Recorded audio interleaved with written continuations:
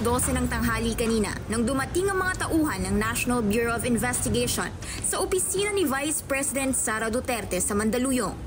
Isinilbi ng NBI ang sabpina para pagpaliwanagin si VP Sara ukol sa mga pahayag nito kaugnay ng bantang pagpatay kay Pangulong Bongbong Marcos, First Lady Liza Marcos at Speaker Martin Romualdez sakaling siya ay mapatay. Nakasaad sa sabpina ang posibleng kasong kakaharapin ni VP Sara. Kabilang dito ang grave threats at paglabag sa Republic Act 10175 o Cybercrime Prevention Act at Republic Act 11479 o Anti-Terrorism Act. Pirmado ito ng Investigation Service Assistant Director ng NBI. Sa Biyernes, pinapaharap ng NBI si VP. Pero mukhang conflict ito dahil may isa na namang congressional hearing sa Biyernes kung saan required din ang presensya ng Vice Presidente. Wala naman po mga definite kasi namin pero tinanggap naman po naman. Mas maganda kung mismo yung Vice President magbukan.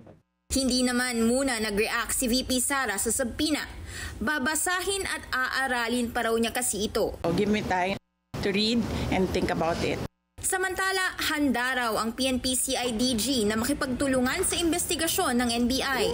Dagdag pa ni PNP-CIDG Chief Brigadier General Nicolas Torre, tutulong din sila na huntingin ang umano'y kinausap ni VP Sara para isagawa ang kanyang banta. Nag-usap na kami regarding that matter and we are conducting joint investigation. We'll just give them additional inputs kung kinakailangan. We will give them the assistance and the other information that may help in dealing up the case. Wala pa mang tiyak na detalye ang PNP-CIDG. Nagpahiwatig na ang kapulisan na meron silang pinagtutuunan ng pansin para bigyang gabay ang takbo ng kanilang investigasyon. Para sa Agenda, Hannah T. BNC.